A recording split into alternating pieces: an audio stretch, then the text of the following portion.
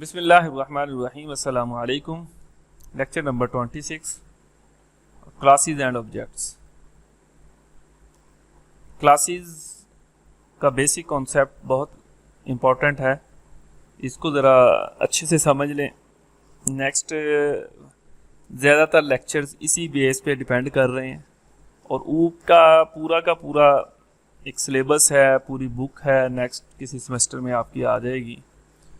तो क्लासेस क्या होती है? क्लास कहते हैं जिसके अंदर कुछ डाटा मेंबर्स हों और फिर कुछ फंक्शन बनाए हुए हों उन डाटा मेंबर्स पे काम करने के लिए। डाटा मेंबर्स जैसे स्ट्रक्चर के अंदर collections of variables and classes भी ऐसी ही है।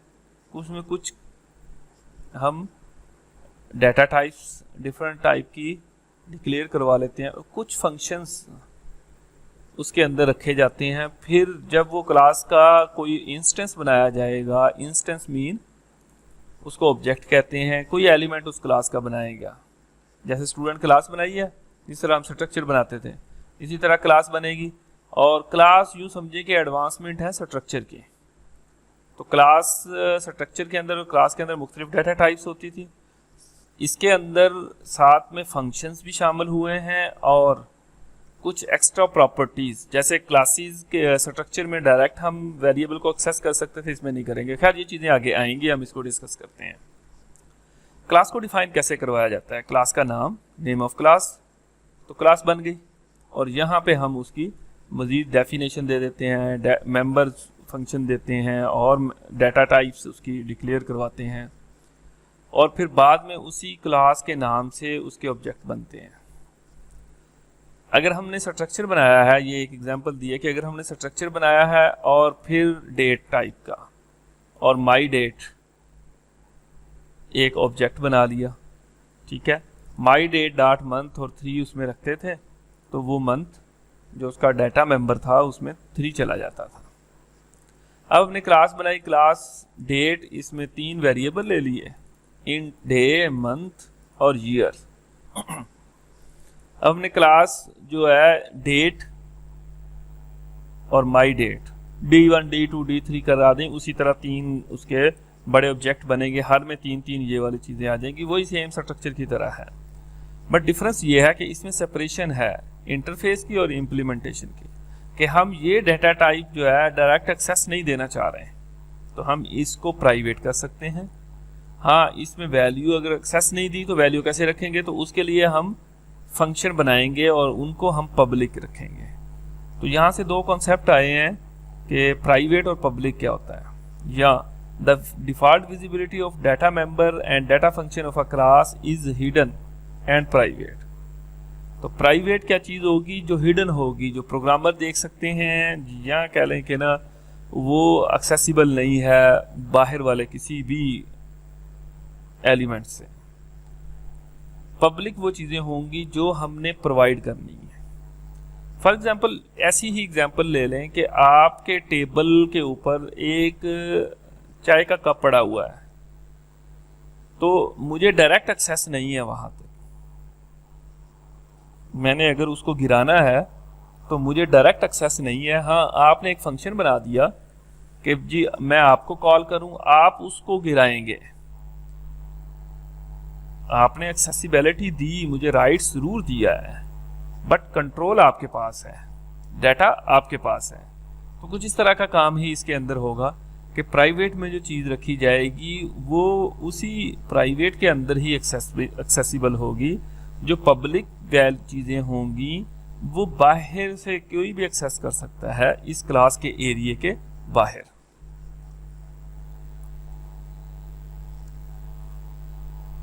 अच्छा, अब पब्लिक में ज़्यादातर चीज़ें फंक्शन बनाए जाते हैं जो उन वैल्यूज़ को या डाटा टाइप्स को सेट करने के लिए बनाए जाते हैं। वैल्यू गेट करने के लिए और सेट करने के लिए हम फंक्शन बना लेते हैं। एक प्रोग्राम देखते हैं जी, उसकी चीज़ें क्लैरिफाई हो जाएंगी इंशाल्लाह। क्लास बनाई हमने डेट टाइप की और पब्लिक में उसे एक फंक्शन लिया डिस्प्ले के नाम से, कोई किसी नाम से आप बना सकते हैं, और दूसरा फंक्शन बनाया डेट का ही, इंट और इंट। अच्छा, इसको अभी ना अंडरस्टैंड करें क्योंकि सेम डेट नाम का फंक्शन जो है उसे कंस्ट्रक्टर कहते हैं, वो आगे उसकी डिटेल आएगी। पर दो फंक्शन बना लिए हैं, एक डिस्प्ले का और दूसरा ये डेट का। डेट 3 मेंबर ले रही है, इंट इंट इंट, कोई से भी हो सकते हैं वो। अच्छा, प्राइवेट में हमने 3 वेरिएबल बनाए, इंट डे, मंथ और ईयर। अब डिस्प्ले में के अंदर क्या करेंगे, ये डेट और उसके साथ डबल कॉलम जो है वो इसी का शो हो रहा है। वो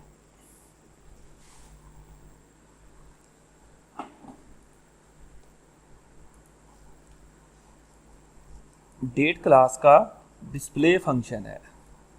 अब इसको हमने डिफाइन किया या इसके अंदर क्या किया, हमने सी आउट करवाया द डेट इज डे को, और फिर डैश को प्रिंट करवाया, फिर मंथ की वैल्यू को, फिर ईयर की वैल्यू को।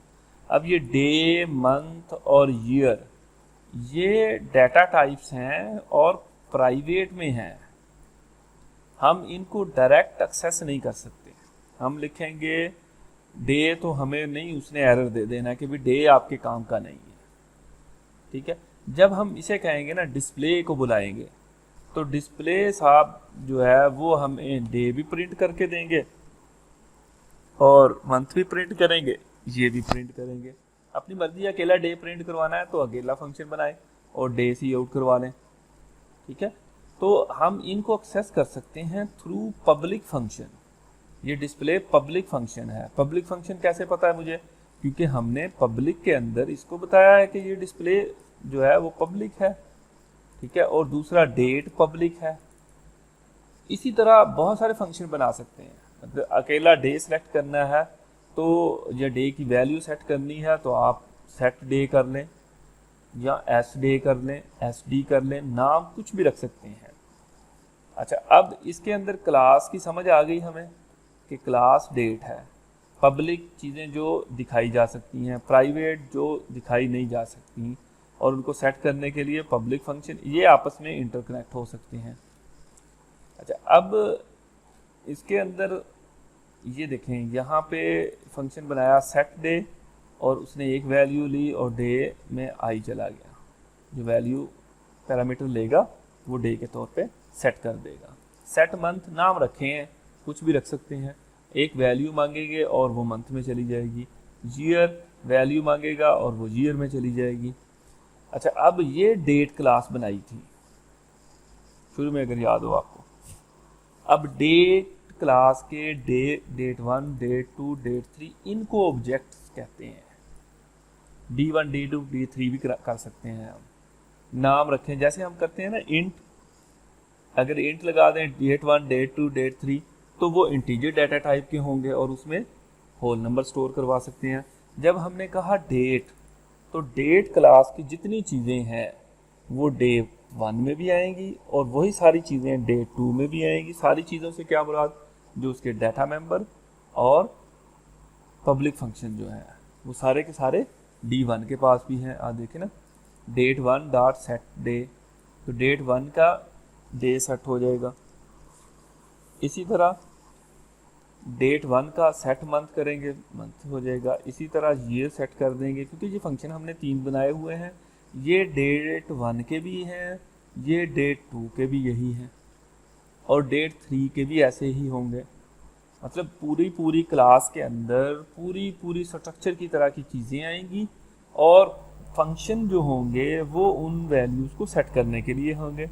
अब ये वाला फंक्शन क्या है, डिस्प्ले करने के लिए। जब हम कहेंगे डेट 1 डॉट डिस्प्ले तो ये वाली वैल्यू डिस्प्ले होंगी। जब कहेंगे डेट 2 डॉट डिस्प्ले तो ये वाली वैल्यू जो सेट की है पहले वो वाली डिस्प्ले होंगी। अब ये एक प्रोग्राम पूरा कंबाइन करके दिखाया गया है। इसके अंदर जो अहम चीज़ें हैं वो वही है कि हमने क्लास डेट बनाई और पब्लिक के अंदर फंक्शन बना दिया। अब ये देखें, पहला फंक्शन डिस्प्ले, वाइड का मतलब रिटर्न कुछ नहीं करता, डिस्प्ले करके दिखा देता है।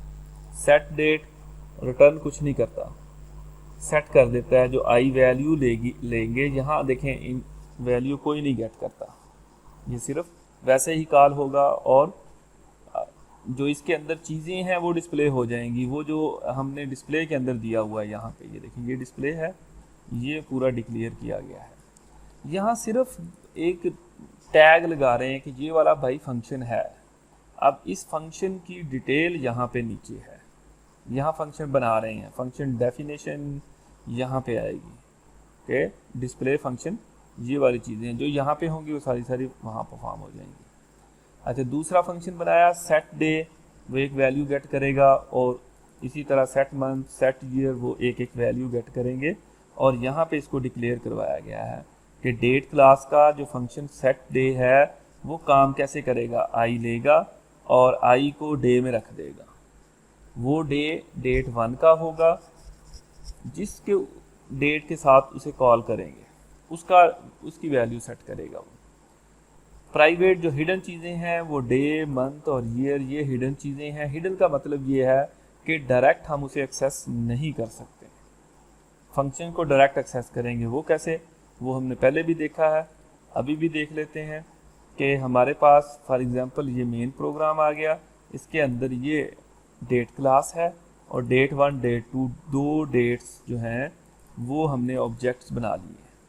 अब इन दो ऑब्जेक्ट्स के अंदर क्या चीज़ है, डेट 1 डॉट सेट डे। तो ये डेट 1 का सेट डे फंक्शन कॉल हुआ और उसको 1 दे दिया। अब सेट डे कहाँ पे है, ये देखें यहाँ पे डेट का सेट डे फंक्शन यहाँ बनाया है हमने, वहाँ कॉल हुआ है। जो आई मिले वो कह रहा है कि वो आई वो डे के अंदर रख दे, तो वो डे के अंदर रख दिया। लेकिन वो डे किसका है, वो डे डेट 1 का डे है। इसी तरह जब दोबारा डेट 2 का डे आएगा तो वो ये वाला सेट होगा। यहाँ ये मिस्टेक है, यहाँ पे डेट 1 नहीं होगा,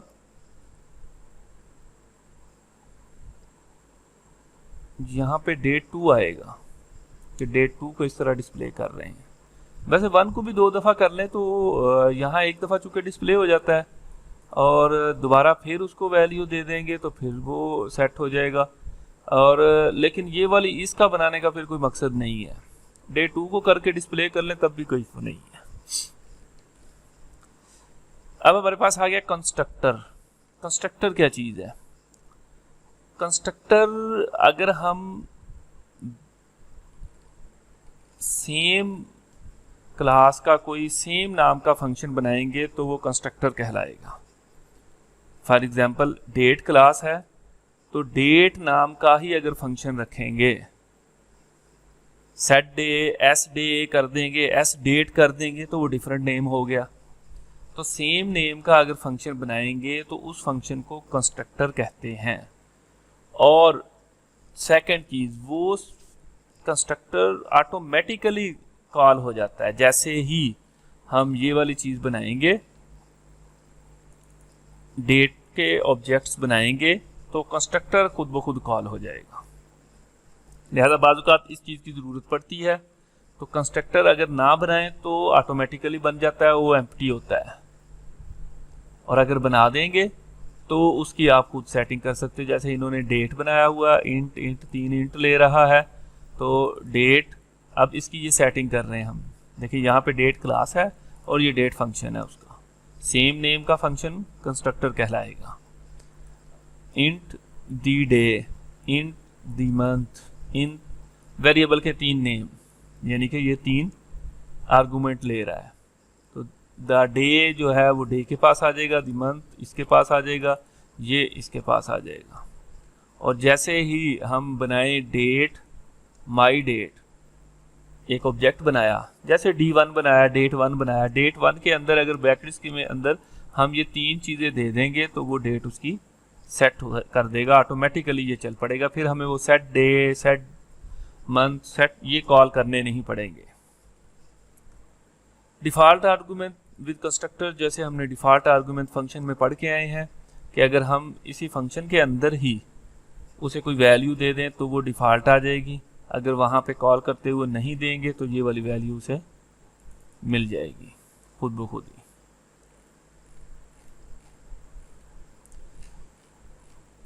अब ये वही वाला प्रोग्राम है, बस इसमें कंस्ट्रक्टर बनाया हुआ होगा। और इसको समझने के लिए आप छोटी छोटी क्लासें बनाएं, थोड़े फंक्शन बनाएं, थोड़ी चीज़ों पे काम करें। अलग से ऊप के कॉन्सेप्ट के ऊपर बहुत सारी वीडियोस हैं, क्लास के अकेले अकेले प्रोग्राम नेट से उठा लें, उस पर थोड़ा सा वर्कआउट करें और उसमें चेंजिंग करें कि ये हमने पब्लिक अगर चीज़ें बनाई हैं, प्राइवेट चीज़ें बनाई हैं। अब इन्होंने देखें पब्लिक के अंदर, अच्छा ये पब्लिक प्राइवेट जो है वो शुरू में आप पब्लिक कर सकते हैं, बाद में भी कर सकते हैं, वो इशू नहीं है।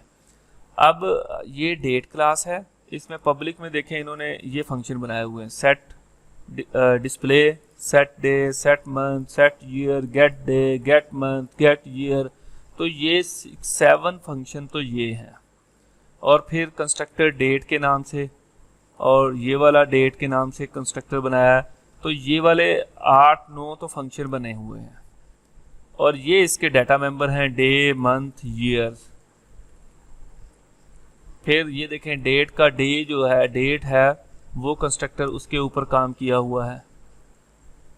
Default constructor setting the date to the, कि अगर खाली हो, आर्गुमेंट कोई ना हो, तो क्या होगा 1-1-19 उसकी सेट कर दी। और अगर क्या करे कि वो ये वाली चीज़ें दे के साथ में वैल्यूज़ भी दे, तो फिर ये वाला काम हो कि जो पहली वैल्यू है वो डे को चली जाए, दूसरी वैल्यू मंथ को चली जाए, तीसरी वैल्यू ईयर को। ये यहाँ वाली जो चीज़ें हैं, ये फंक्शन की सिंपल फंक्शन को आपको समझ आएगी तो ये वाला काम आसान हो जाएगा। Display function of the class, ये वाला हम पहले डिस्कस कर चुके हैं। इसी तरह सेट डे वाला, सेट मंथ वाला, सेट ईयर वाला। अब गेट डे वाला, गेट डे वाला वही रिटर्न डे, डे जहाँ पे इसे कॉल करेंगे वहाँ पे डे में जो वैल्यू है वो चली जाएगी। इसी तरह गेट मंथ वाले में मंथ की वैल्यू चली जाएगी, रिटर्न हो जाएगी, ईयर की ईयर रिटर्न हो जाएगी। ये देखें ये डिस्प्ले की है पहले वैल्यू, डेट 1, डेट 2, डेट 3 की। ये डेट 1, डेट 2, डेट 3 की वैल्यू डिस्प्ले हो गई। ये सेम यहाँ पे देखें डेट 1 बना है, कुछ नहीं दिया, तो डेट 1 की वो 1-1-19 वाली आ गई। डेट 2 दिया है 1-1-2000, तो ये 2000 वाली आ गई। डेट 3 दिया है, 2 चीज़ें दी हैं, तीसरी नहीं दी, तो डिफ़ॉल्ट आर्गूमेंट का कॉन्सेप्ट जो दिया हुआ है वो अंडरस्टैंड करने के लिए है।